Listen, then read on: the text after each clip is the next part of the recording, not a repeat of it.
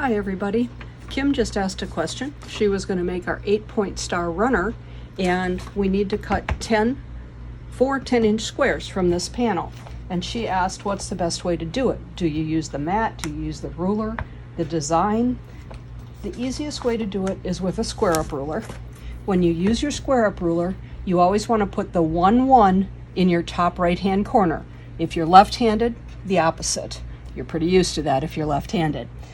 The 1 and 1 allows you to count across to 10 and down to 10. So I'm going to take my first square, and I can see it's a little bit cockeyed.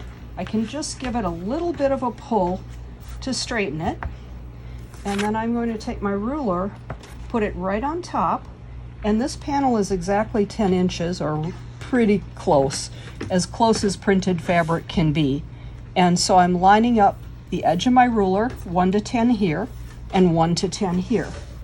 And take my rotary cutter, and I'm not going to cut all the way up into here because that's kind of a cute piece that I might be able to use for something else. So I'm going to save that.